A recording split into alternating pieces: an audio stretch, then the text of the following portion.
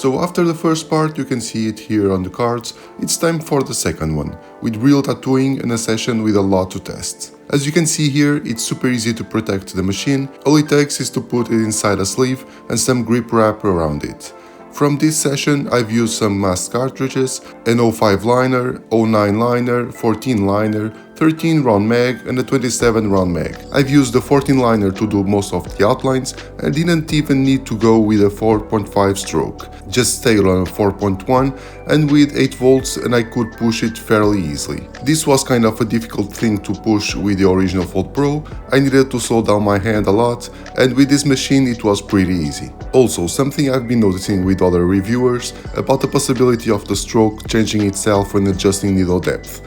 Well, this session took me 5 hours and using this amount of cartridges I needed to adjust the needle depth a lot of times, and since I've already seen some people talk about it, I kept some attention to it, and honestly it never changed.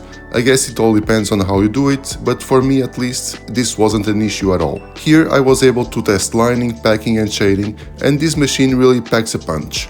About real-time usage on battery side of things, after 5 hours with most of the time around 8 volts, well, eventually going around 6.5 in some occasions, this battery remained on 35%, which is very good since most of my sessions don't take more than this amount of hours, and even if I take 2 5-hour sessions on the same day, I always have the spare battery ready to go. Something I didn't talk about in the first part was the Bluetooth connection.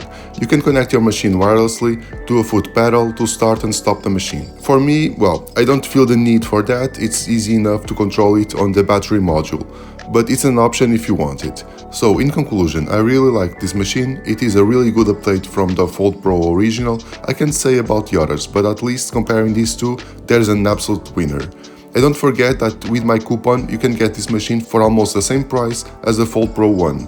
Thank you for watching and see you on the next one.